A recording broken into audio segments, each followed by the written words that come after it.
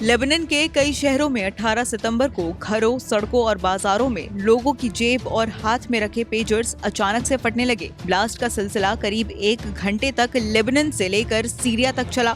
धमाकों में 11 लोगों की मौत हो गई, जबकि 3000 से ज्यादा जख्मी हो गए। ये धमाके पेजर के जरिए किए गए और आरोप इजराइल पर लगा है। मीडिया रिपोर्ट्स के मुताबिक ये हिजबुल्लाह को निशाना बनाकर किए गए सीरियल पेजर ब्लास्ट थे, लेकिन इनमें आम लोग भी हताहत हुए। घायलों में ईरानी राजदूत भी शामिल हैं। अब ऐसे में सवाल उठ रहे हैं कि आखिर ये पेजर्स क्या होते हैं और काम कैसे करते हैं। पेजर एक छोटा वायरलेस इलेक्ट्रॉनिक डिवाइस है जिसका उपयोग मैसेज रिसीव और सेंड करने के लिए किया जाता है। 1950 में पहली बार पेजर का इस्तेमाल न्यूयॉर्क सिटी में हुआ था। तब 40 किलोमीटर की रेंज में इसके जरिए मैसेज भेजने की संभावना थी।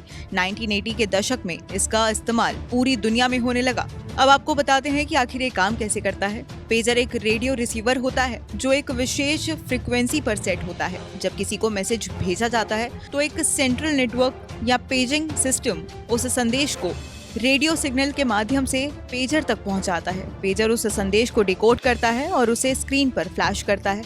आमतौर पर पेजर्स में एक बीप या फिर वाइब्रेशन होता है जो यूजर्स को ये संकेत देता है कि उसे एक नया मैसेज मिला है।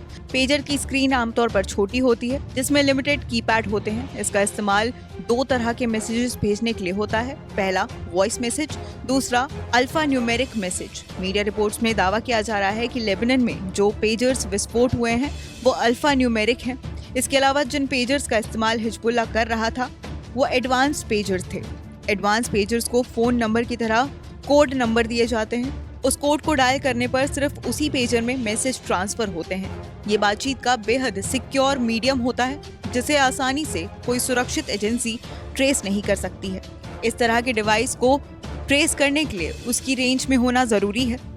इन सब के अलावा जितने भी पेजर्स होते हैं वो सब एक कमांड स्टेशन पर लगे ट्रांसमीटर से कनेक्टेड होते हैं और जो भी मैसेज भेजा जाता है वो उसी ट्रांसमिशन से होते हुए दूसरे पेजर्स के बाद जाता है। पेजर्स में ना जीपीएस होता है और ना ही आईपी एड्रेस, इसीलिए ये अनट्रेसेबल होते हैं और इन्हें हैक करना भी बेहद मुश्किल होता है। पेजर्स की खासियत है कि एक बार चार्ज होने पर ये 1 सप्ताह से ज्यादा समय तक यूज किया जा सकता है, जबकि मोबाइल को 1 या 2 दिन में चार्ज करना होता है। यही वजह है कि इसे रिमोट लोकेशन यानी कि दूर दराज इलाके में इस्तेमाल किया जाता है।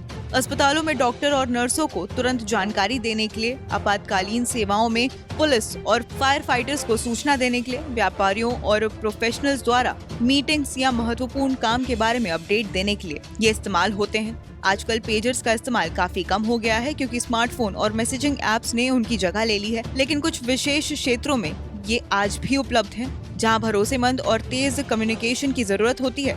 यही कारण था कि हिजबुल्लाह इसका इस्तेमाल करता था। गाजा जंग शुरू होने के बाद हिजबुल्लाह ने अपने साथियों को मोबाइल फोन का इस्तेमाल करने से मना कर दिया था। इसके साथ साथ ये भी कहा गया था कि सीसीटीवी कैमरा का भी इस्तेमाल ना किया जाए। हिजबुल्लाह को डर था कि कहीं इजराइल इसे हैक ना कर ले। अब अगर पेजर्स इतना सेफ हैं तो इजराइल ने इसे हैक कैसे कर लिया? मीडिया में छपी रिपोर्ट्स के मुताबिक पेजर्स हिजबुल्लाह के चरमपंथियों को दिए जाने से पहले मोसाद के जासूसों के पास पहुंच गए थे। इजराइल ने सप्लाई चेन में अपनी पैठ बनाने के बाद पेजर्स में छेड़छाड़ करके ऑपरेशन को अंजाम दिया।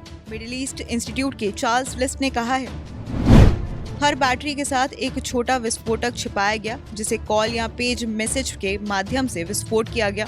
हिजबुल्लाह ने शुरुआत में समझा कि लिथियम आयरन बैटरी के अधिक गर्म होने के कारण पेजर में विस्फोट हुआ, लेकिन बाद में इन पेजर्स की तस्वीरों में विस्फोट के संकेत दिखे। अब अगर ये थ्योरी सच साबित होती है तो ऐसा कहा जा सकता है कि अगर इजराइल के खुफिया एजेंसी मोसाद के हाथ पेजर्स नहीं लगे तो इस ब्लास्ट को अंजाम नहीं दिया जा सकता था। इस ब्लास्ट को अंजाम देने के लिए पेजर्स को खोलकर उनमें छेड़छाड़ करना पड़ा है। नमस्कार, मैं हूं मानक गुप्ता। अगर आपको हमारा ये वीडियो पसंद आया हो तो इसे लाइक और शेयर जरूर करें और हाँ, हमें सब्सक्राइब और फॉलो करना ना भूलें ताकि आप देश और दुनिया की कोई खबर मिस ना करें। तो जुड़े रहिए हमारे साथ और देखते रहिए न्यूज़ 24।